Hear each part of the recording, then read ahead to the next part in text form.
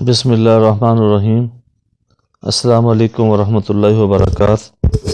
انگنت لاتعداد درود و سلام آقا نامدار علیہ الصلوۃ والسلام اور آپ کی آل طہار پر۔ میں ہوں دا میسیج ٹی وی سے خالد بخاری۔ ناظرین و سامعین، ہم نے آپ کے ذوق کے مد نظر آن لائن کتاب کا سلسلہ شروع کر رکھا ہے۔ اسی سلسلے کو آگے بڑھاتے ہوئے ایک نئی ویڈیو بشیرہ طوائف کے نام سے۔ امید کرتا ہوں کہ آج کی کہانی آپ کے ذوق اور شوق کو مزید بڑھائے گی۔ بلا تمہید اور بلا تاخیر آج کی کہانی شروع کرتے ہیں۔ ایک روز میری ایک ملاقاتن بشیرہ طوائف تھی۔ وہ بڑے ٹھسے سے دفتر میں داخل ہو کر کرسی پر بیٹھ جاتی ہے۔ اس کے رنگین لباس سے حنا کے عطر کی باسی باسی خوشبو آ رہی ہے اور اس کی آنکھیں رت جگے اور رونے کی آمیزش سے سوجی ہوئی ہیں۔ میں اس کی تراش خراش کا سرسی سا جائزہ لے کر اپنی آنکھیں نیچی کر لیتا ہوں اور میز پر پڑے ہوئے مستطیل شیشے کی جانب ٹک ٹکی لگا کر بیٹھ جاتا ہوں۔ بشیرہ طوائف کھنکھار کر گلا صاف کرتی ہے۔ سرکار میری بات سنو۔ اس کی آواز میں ایک بلغمی سا بوجھ اور کھردرا پن ہے۔ کیا بات ہے؟ میں نے اس سے پوچھا۔ میری بات سنو سرکار، وہ دوبارہ تھکن آلود آواز سے کہتی ہے۔ میں نے کہا سن تو رہا ہوں، کیا بات ہے؟ لیکن بشیرہ مطمئن نہیں ہوتی۔ غالباً اس کا مدعا یہ ہے کہ میں اس کی آنکھوں میں آنکھیں ڈال کر اس سے بات کروں، لیکن میں بدستور میز پر پڑے ہوئے مستطیل شیشے کی طرف ٹک ٹکی باندھے بیٹھا رہتا ہوں۔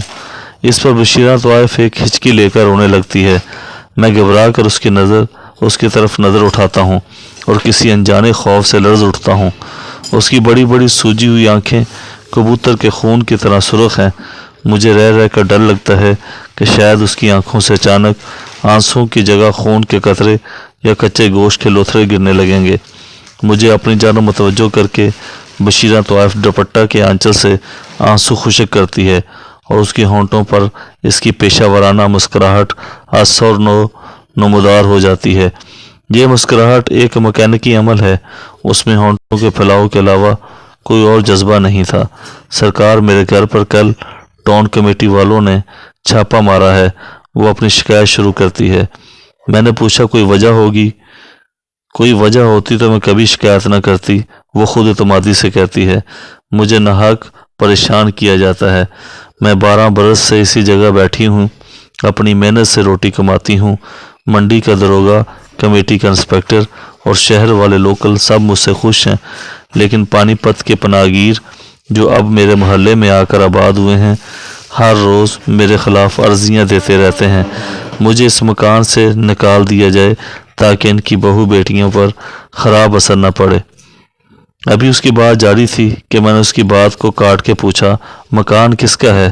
اس نے آگے سے جواب دیا، سرکار میرا ہے، لالا شنکر داس نے میرے نام کروایا تھا۔ بشیرہ نے اپنی پٹاری سے لالا شنکر داس کے کاغذات نکال کر میز پر رکھ دیے۔ بحالیات کے محکمہ سے بھی اجازت لی ہے کہ نہیں؟ میں نے اس سے پوچھا۔ اس نے آگے سے جواب دیا، جی ہاں کنفرم ہے، اور ساتھ ہی اس نے بحالیات کے کاغذات بھی میز پر دے مارے۔ سرکار، میں نے پیسہ جوڑ کر حج کے لیے رقم جمع کی ہے۔ کراچی سے حج کا کرا بھی میرے نام آ گیا ہے۔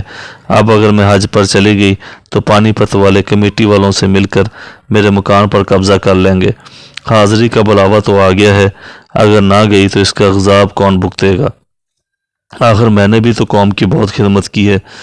میں نے آگے سے قدرے طنزیہ لہجے میں پوچھا، کیا خدمت کی ہے؟ وہ اپنے تھیلے سے Azad Kashmir fund, Quaid Azam relief fund, Quaid Azam memorial fund, بیوہ گھر اور یتیم خانوں میں دیے گئے چندوں کی رسیدیں نکال کر میز پر ڈھیر لگا دیتی ہے۔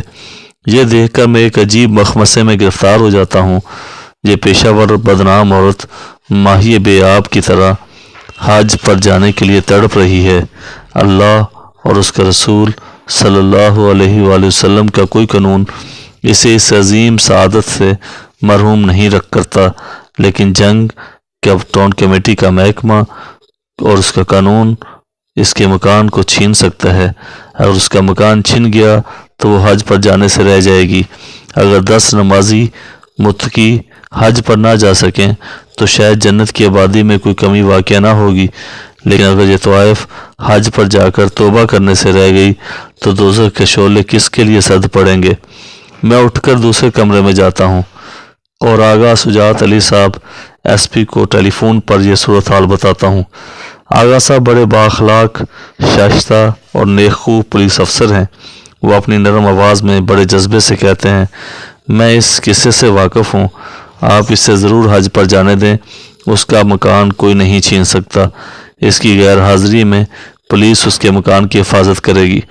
واپس آ کر میں بشیرہ سے کہتا ہوں کہ تم ضرور حج پر روانہ ہو جاؤ، تمہارے مکان کو کوئی ہاتھ تک نہیں لگائے گا، تمہاری واپسی تک پولیس اس کی حفاظت کرے گی۔ خدا سرکار کو سلامت رکھے۔ وہ خوشی سے اچھل کر کھڑی ہو جاتی ہے اور جلدی جلدی Azad Kashmir fund, Quaid Azam relief fund, Quaid Azam memorial fund, بیوہ گھر اور یتیم خانوں کے چندوں کی رسیدیں سمیٹ کر اپنی جولی میں ڈال لیتی ہے۔